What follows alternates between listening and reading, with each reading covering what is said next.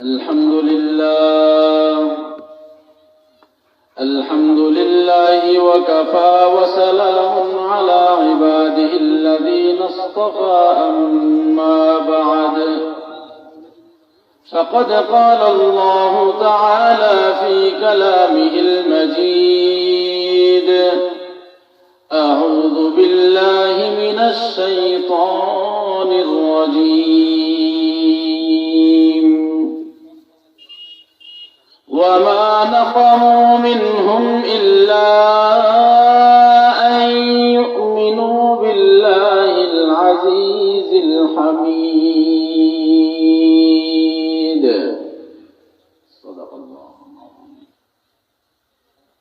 وعن علي بن أبي طالب رضي الله تعالى عنه أن رسول الله صلى الله عليه وسلم قال: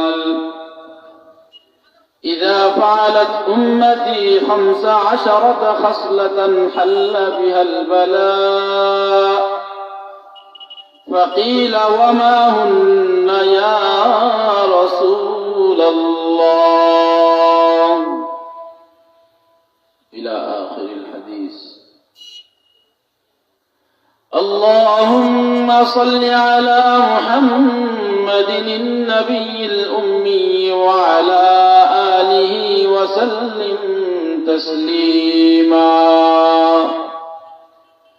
يا رب صل وسلم دائما أبدا على حبيبك خير الخلق كلهم بلغ العلا بكماله كشف الدجى بجماله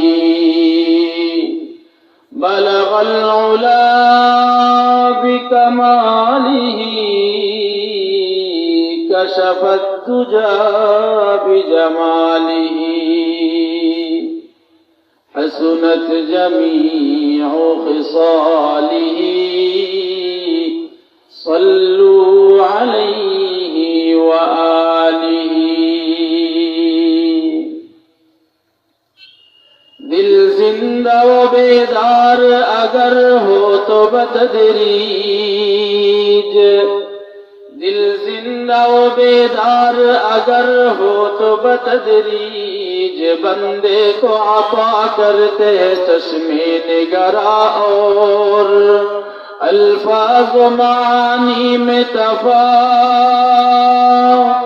अल्फाज मानी में तफावुत नहीं, लेकिन मुल्ला की अदा और मुजाहिद की अदा और परवाज है दोनों का उसी,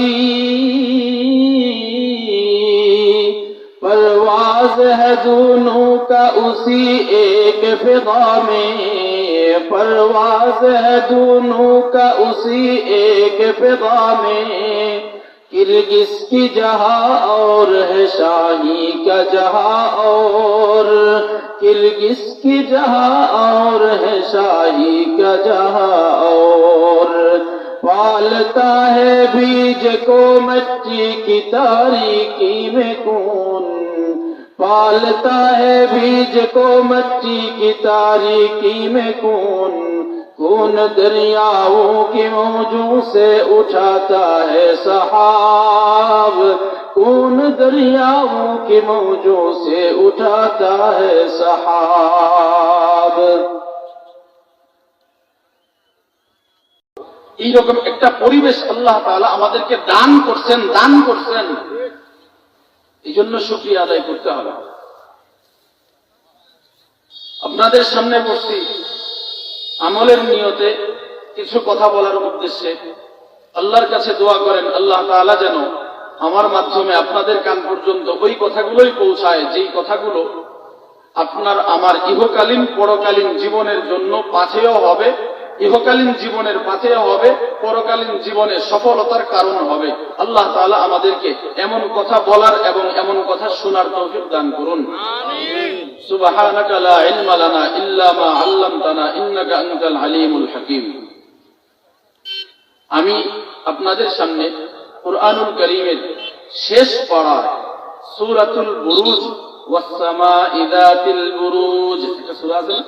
এই সূরার 8 নম্বর আয়াত তেলাওয়াত করেছি। রাসূলুল্লাহ সাল্লাল্লাহু আলাইহি ওয়াসাল্লামের অসংখ্য হাদিস থেকে তিরমিজি শরীফের 2210 নম্বর হাদিসটা আপনাদের সামনে পাঠ করেছি।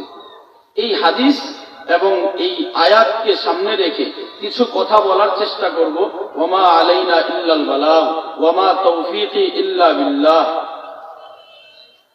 দেখেন আল্লাহ তাআলা এই আয়াতের মধ্যে বলছেন ওয়ামা নাকামু মিনহুম ইল্লা আন ইউমিনু বিল্লাহিল আজিজিল হামিদ। দুনিয়ার মধ্যে দুইটা দল থাকবে, অর্থটা বুঝার আগে আমি আগে কয়েকটা কথা বুঝিয়ে নিই। আল্লাহ তাআলা বুঝাইতে চাচ্ছেন দুনিয়ার মধ্যে যে যাইবা মুমিন, তোমার যেই সবচেয়ে দামি সম্পদ ঈমান, এই ঈমানটাকে তোমার কলব থেকে ছিনায়া নেওয়ার জন্য পুরা দুনিয়ার সমস্ত জাত, পুরা দুনিয়ার সমস্ত কিছু শুধুই মাত্র তোমার কলব থেকে ঈমানটাকে ছিনায়া নেওয়ার জন্য তারা সমস্ত দল উপেক্ষা করে, সমস্ত মতভেদ ভুলে গিয়ে শুধুই মাত্র এক কাতারে দাঁড়াবে, কেবলমাত্র টার্গেট তোমার কলব থেকে কিভাবে ঈমানটাকে ছিনিয়ে নেয়। তারা তোমার থেকে প্রতিশোধ নেওয়ার জন্য পাগল করা হয়ে যাবে একটাই কারণ কি? ইল্লা আন ইউমিনু বিল্লাহিল আজিজিল হামিদ। সার কথা হলো কারণ তুমি আল্লাহে বিশ্বাসী, তুমি মুমিন।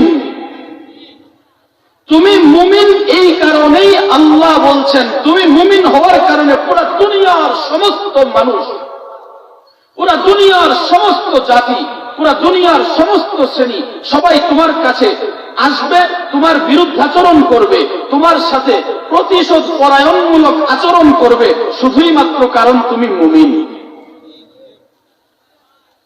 এবার আপনি আপনার ঈমানকে ধরে রাখার জন্য চেষ্টা করবেন না তার বিরুদ্ধাচরণের ভয়ে? তার বিরুদ্ধাচরণের ভয়ে গিয়ে আপনি ঈমান হারা হয়ে তার কাতারে দাঁড়াবেন? ঈমানকে ধরে রাখার চেষ্টা করতে হবে। কারণ কি জানেন? এই যে আসমান এখনো আমাদের মাথার উপর ছায়া, ছাদ আকারে, এই যে জমিনটা আমাদের জন্য বিছানা, এই যে নির্মল আবহাওয়াটা, বাতাসটা আপনার আমার জন্য সুন্দর নির্মল, এই যে সূর্যটা আপনি দেখছেন আপনার মাথার উপর দিয়ে উদয় হচ্ছে, অস্ত যাচ্ছে, রাতে সুন্দর আকাশে সুন্দর মিষ্টি আলো দেওয়ার জন্য চাঁদ উঠছে, এই সব কিছুই কেবলমাত্র মুমিনের ঈমানের জন্য। যেদিন মুমিন থাকবে না দুনিয়ায়, সেদিন এই আকাশটা আর ছাদ হিসাবে থাকবে না। যেদিন মুমিন দুনিয়ায় থাকবে না, সেদিন এই জমিনটা চূর্ণ বিচূর্ণ হয়ে যাবে। যেদিন জমিন থাকবে না, দেখছেন কত উঁচু পাহাড়, কত বড় পাহাড়, এই পাহাড়টা শিমুল তুলার মতন উড়ে উড়ে চলে যাবে, ধুলার মতন চলে যাবে। এই সূর্য আর উঠবে না, এই চন্দ্র আর উঠবে না। এই সব কিছুই মুমিনের জন্য, ঈমানদারের জন্য, ঈমানের জন্য। এই জন্য আপনার আমার ঈমানটাকে বাঁচায় রাখতে হবে, এই ঈমানটাকে উজ্জীবিত করতে হবে, এই ঈমানটাকে পাওয়ারফুল বানাইতে হবে। ভোতা ঈমান দিয়ে হবে না, কারণ সময়টা ওই সময় নাই আর। আপনি আমি শুধুই মাত্র অলসতার চাদরের ভিতরে মোড়ায়া রাখছি নিজেকে, বাকি আপনার কলব থেকে ঈমানটাকে ছিনায়া নেওয়ার জন্য দেখেন আপনার পাশেই গোমূত্রপায়ী হিন্দুরা তৎপর হয়ে আছে। কথাটা বুঝেন নাই? দেখেন বাংলাদেশের মাটি, এই মাটিটা সাম্প্রদায়িক সম্প্রীতি বজায় রেখে চলার মতন মানসিকতা যারা রাখে ওই সমস্ত মানুষদের মাটি। এই মাটিতে কোনো ধরনের সাম্প্রদায়িক দাঙ্গা নেই, কোথাও নেই। যদি থাকতো আগস্টের 5 তারিখে ওই মানুষগুলো সব মাটিতে দাফন হয়ে যেত, শ্মশান পর্যন্ত যাওয়ার তাদের সময় পাইত না। সেদিন থেকে আজ অবধি পর্যন্ত কোন একজন অন্য ধর্মের মানুষকে কোন বিশুদ্ধ মুমিন, কোন খাঁটি মুমিন আঘাত করে নাই। যেখানেই ভুলে করেছে, অন্যদের উস্কানিতে করেছে, সেই উস্কানির সুতাটা টান দেন, দেখবেন এই সুতা গিয়ে শেষ মাথা পাওয়া যাবে দিল্লির লাল কেল্লায়। বলছিলাম আমাদের এই জায়নামাজটা সাম্প্রদায়িক সম্প্রীতি বজায় রেখে যারা চলতে চায় ওই সমস্ত মানসিকতা লালন করনেওয়ালা মানুষের মাটি এই মাটিটা। এই কথাটা ভালো করে বুঝবেন, এই জায়গাটা ভালো করে বুঝবেন, তাহলে সামনের কথাগুলো আর প্যাচ লাগবে না বা আমার কথার উপরে প্রশ্ন আসবে না। কিছু কথা বলার জন্যই আপনাদের সামনে বসছি। হযরত আলী রাদিয়াল্লাহু তাআলা আনহু যে কথাগুলো বলতে বসছি তার মধ্যে একটা কথা বলছি। হযরত আলী রাদিয়াল্লাহু তাআলা আনহু নাম শুনছেন?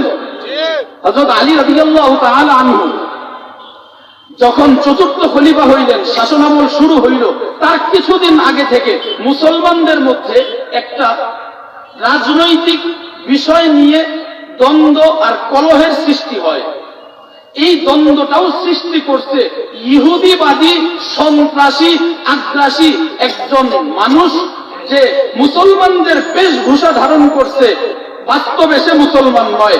তার নাম হলো আব্দুল্লাহ, তার বাবার নাম হলো সাবা, তার জন্মস্থান হলো ইয়ামান, গ্রামের নাম হলো সনআ। আব্দুল্লাহ ইবনে সাবা ইয়ামানের সনআ থেকে মুসলমানদের বেশভূষা ধারণ করলো। ধারণ করে সে মুসলমানদের ভিতরে এমন ভাবে ঢুকলো যে সে তাকে পার্থক্য করাই মুশকিল। সে এমন ভাব ধরলো যে সে অত্যন্ত বড় বুজুর্গ। সে এই পথটা অবলম্বন করলো এই কারণে, সে সব কিছু বিবেচনা করে অ্যানালাইসিস করে দেখেছে যে মুসলমানদের ঐক্যের পিছনে একটাই মাত্র শক্তি। মুসলমানদের এই একতাবদ্ধতা যতদিন পর্যন্ত ছিন্ন করা যাবে না, মুসলমানদেরকে ততদিন পর্যন্ত পরাজিত করার মতন কোন শক্তি জমিনের উপরে নাই। মুসলমানদের মধ্যে বিভ্রাট সৃষ্টি করার জন্য সে ইয়ামান থেকে মদিনায় আসে, এসে তার এই বিভ্রাটের বীজ বপন করে।